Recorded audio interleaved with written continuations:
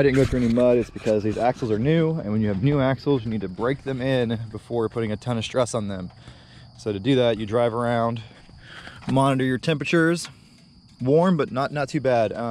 Monitor your temperatures and you know, just break in the axles nice and easy like. That's what I'm doing right now. Then I'll hit a couple mud holes. First impressions though, the way I have the suspension set up right now, it handles awesome. It rides almost a little softer than it used to, which isn't, you know, hard to believe. But I think I got the angle set about right as far as, you know, keeping good ride quality goes. I did order limiting straps and some nice weld-on tabs, so I welded some tabs down here, put the top mount right here, so the back won't have as much down travel. It just has too much right now. You don't need 5 inches of down travel. But yeah, pretty happy with how it handles. It handles great. The power steering makes it nice. It doesn't care that it's got heim joints and a little more, you know, resistance in the steering or anything. So feels pretty damn good. I'm gonna go a little higher on the front. You can see it's sagged a little bit already, just from how I had it set riding it around. So I'm gonna crank up the front preload some, because right now I'm pretty close to not, you know, I have way more down travel than up travel at the moment. So. All right, here's the mud hole I got stuck in several times when I was on 30-inch silverbacks with no lift. So we'll see how it does and see if I have to walk to the truck. Oh wait, I brought the Chevy.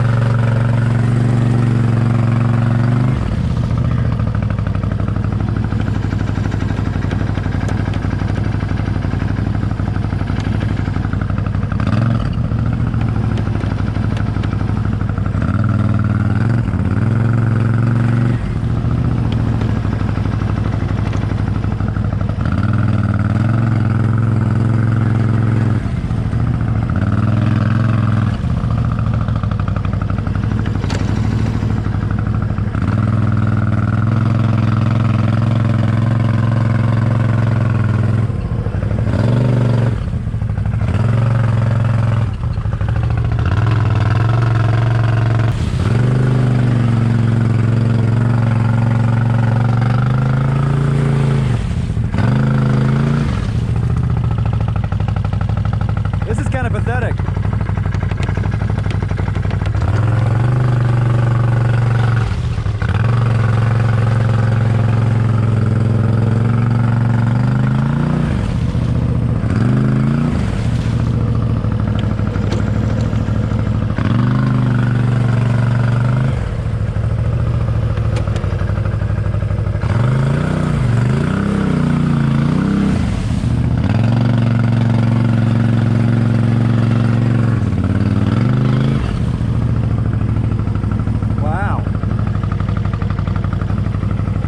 It's just too tall and too heavy.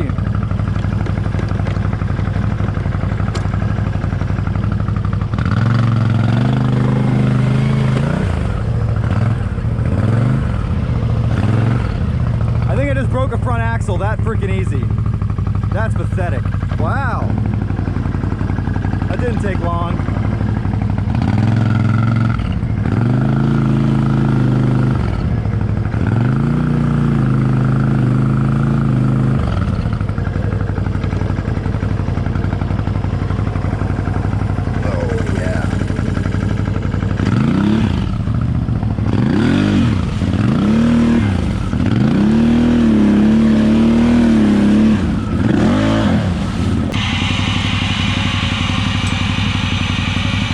There's how far my cable reaches. I need another 20 feet.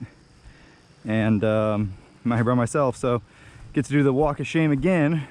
I'm gonna walk down to the truck, find some straps, and yep, very pathetic. This is a pretty bad hole, but it's got 32s and a 6-inch lift, and it got stuck. And then in reverse, it broke something on the front. Who knows what?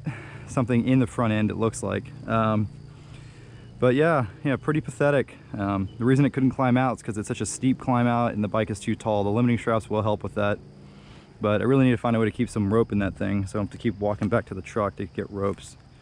So here I go, walk of shame.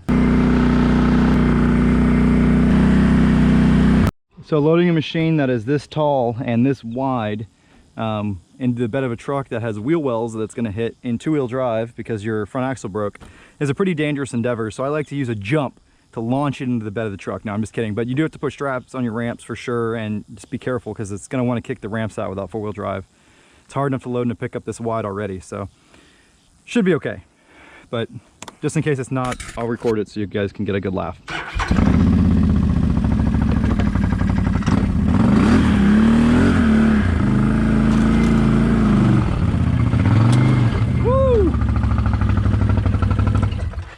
I don't know if you guys could tell, but I sure could. It kicked sideways at the end, big time. You can see where when the tire hit this smooth part of the ramp, it slid over this way, all the way that way.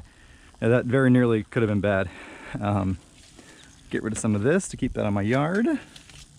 Back axle's held up pretty fine. The front one is the issue. When I installed that front axle, I knew like that shaft is about 6 inches long that goes into that diff, and it is thin. And it just did not feel like high quality machining or high quality materials. I was like, this is not gonna work. But I mean, hey, you get what you pay for. It's an $1,800 lift, so the axles are free. And the reason they're free is because they know they're garbage. I don't know why they won't make the Rhino 2s for this lift or something, but Super ATV is a weird company, the way they market and sell things. And I'm sure getting them to warranty these will be lovely because they already hate me because all the problems I have with my portals, but I don't really care. We'll probably try to get it warranted though, just to have a spare, because I like to keep a spare set of axles. The annoying thing about the Can-Am is because the way the front axles are designed with different stub lengths, and because of the way the rear axles are totally different lengths, you have to have a complete set of 4 axles to have a spare for each wheel, which I find very annoying. On the Hondas, you can get away with 2 because you can run a Honda short front axle on the long side, but at most you need 3, so that's a bit annoying. Oh well, it is what it is.